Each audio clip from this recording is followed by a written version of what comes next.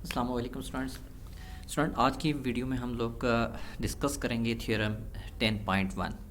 Student इसकी statement कुछ ऐसी है कि in the correspondence of two triangles if one side and any two angles of one triangle are congruent to the corresponding side and angle of other triangle then both triangles are congruent. Student इसमें basic concept ये कि अगर दो triangles को हम आपस में compare करें तो अगर ये बात पहले से गिवन में हो कि उसकी कोई एक साइड और कोई से उसके दो एंगल्स एक दूसरे के कंग्रुएंट हो तो दोनों ट्राइंगल्स एक दूसरे से कंग्रुएंट होती हैं। स्टूडेंट इसके लिए हमें क्या वर्किंग करनी पड़ेगी आप देख सकते हैं। सबसे पहले हमने एक ट्राइंगल कंस्ट्रक्ट की है जिसका नाम हम दिया ट्राइंगल ए बी सी, और हमने फिर उसके बाद एक और ट्राइंगल लिए जिसका नाम किया triangle D E and F. ये हमारे पास दो ट्राइंगल्स हैं।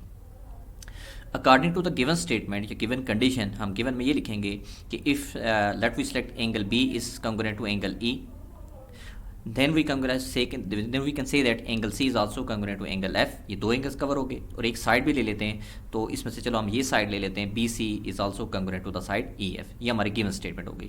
और हमने प्रूव क्या करना है कि दोनों ट्राइंगल्स ABC और तो ये ट्राइंगल जिसका नाम है DEF student they are also congruent to each other। Students के लिए हमें कंस्ट्रक्शन क्या करनी पड़ेगी।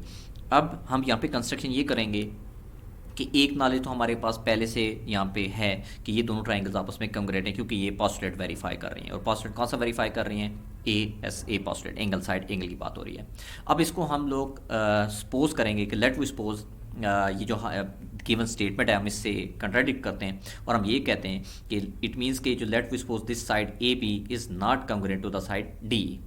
अगर ए बी साइड इस डी साइड के कंग्रुएंट नहीं है तो हम इस डी ई पॉइंट पे डी ई साइड पे एक जगह पे पॉइंट लेंगे जिसको हमने नाम दे दिया है एम फॉर एग्जांपल, और उस एम को हमने ज्वाइन कर दिया है एफ के साथ और एक न्यू ट्राइंगल बना दिया है और इस ट्राइंगल का नाम है एम ई एफ। ये हमारी न्यू कंस्ट्रक्टेड ट्राइंगल है।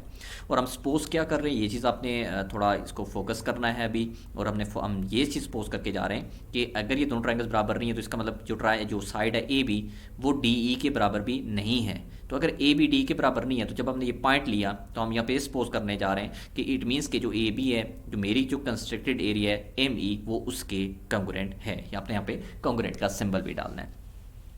अब अगर हम ये बात सपोज करके जा रहे हैं कि A B is congruent to M E, तो सबसे पहले हम कंपैरिजन ही ट्राइंगल ए बी सी का करेंगे अपनी कंस्ट्रक्ट की हुई ट्राइंगल मींस न्यू कंस्ट्रक्ट की हुई ट्राइंगल जिसका नाम क्या है ट्राइंगल एम ई एफ। ये आप देख सकते हैं। सबसे पहले आपने ये लिखना है कि in the correspondence of two triangles A B C and triangle M E F. जब उनको कंपेयर करेंगे तो सबसे पहले आप बात ये लेंगे कि A B is congruent to M E, और इसका रीज़न आप लिखेंगे कंस्ट्रक्ट हमने अभी कंस्ट्रक्ट करके लेके गए जो कि एक मैथमेटिकली एक फॉल्स स्टेटमेंट है।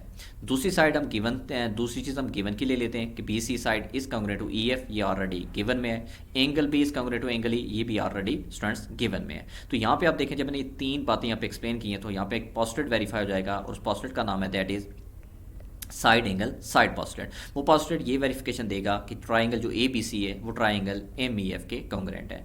अब स्टूडेंट यहाँ पे अपने दो स्टेप जो नेक्स्ट आ रहे हैं इन पे थोड़ा अपने फोकस करना है कि अगर ये triangle A B C triangle M E F के बराबर है तो according to the definition of congruency of two triangles we can say that their all corresponding sides and angles are also congruent to each other. इसका मतलब student हम ये कह सकते हैं कि जो एंगल सी है वो एंगल एफ के बराबर होगा, लेकिन हम इसको लिखेंगे ऐसे कि ये जो एंगल सी है ये अगर ट्राइंगल एम ई एफ की बात करें तो हम लिखेंगे angle C is congruent to angle M F E, means कि हम एफ पे तो बात करें लेकिन हम अभी किस पे फोकस हैं, ट्राइंगल एम ई एफ पे। So that's why we can write it as angle C is congruent to angle M F E, means कि जिस वर्टेक्स पे बात करें उसका सेंटर में होना मस्ट है। हम एफ पे बात कर रहे हैं तो आप लिखेंगे angle C is congruent to angle M F E. ये आपकी एक रीज़न वेरीफाइड हो जाएगी जो हमने एक पीछे प्रूव करके आ गए कि ट्राइंगल्स बराबर हैं। लेकिन स्टूडेंट गिवन में हमने एक बात लिख के पहले से आए हैं कि गिवन में तो एंगल सी तो एंगल एफ के बराबर है, मीन्स कि अगर ये कंस्ट्रक्शन हटा दी जाए तो angle F means angle D F E के बराबर है। तो इसका मतलब एक ही वक्त में angle C angle D F E के बराबर भी आ रहा है और हमारी कंस्ट्रक्शन या प्रूविंग के मुताबिक एंगल सी तो एंगल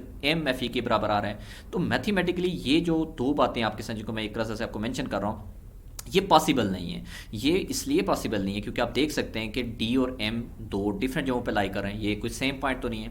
तो ये तो तभी पॉसिबल हो सकता है कि डी और एम सेम पॉइंट्स हो। तो स्टूडेंट आप देख सकते हैं डी और एम सेम पॉइंट्स नहीं हैं। तो दैट्स हम ये बात यहाँ पे स्टेटमेंट दे देंगे कि this only possible if D and यहाँ पे सॉरी एम है, D and M are the same points, so D M and are not the same points. If D and M are the not the same point, तो it means हमारी तो सारी supposition ही गलत जा रही है। तो हमारी सपोजिशन क्या गलत जा रही है? इट मीन्स कि जो ए बी है वो डी ई के कंग्रेंट है। तो अगर ए बी डी, यहाँ पे आप स्टेटमेंट दे दीजिएगा, it means A B is also congruent to D. तो स्टूडेंट अगर ए बी डी ई के कंग्रेंट है तो इट मीन्स जिन ट्राइंगल्स की हम बात कर रहे थे स्टार्ट में, ट्राइंगल ए बी सी और ट्राइंगल डी एफ, तो mathematically they are also congruent to each other. तो इट मीन्स ये वेरीफाइड है कि ट्राइंगल ए बी सी और ट्राइंगल डी एफ एक दूसरे से कंग्रेंट है।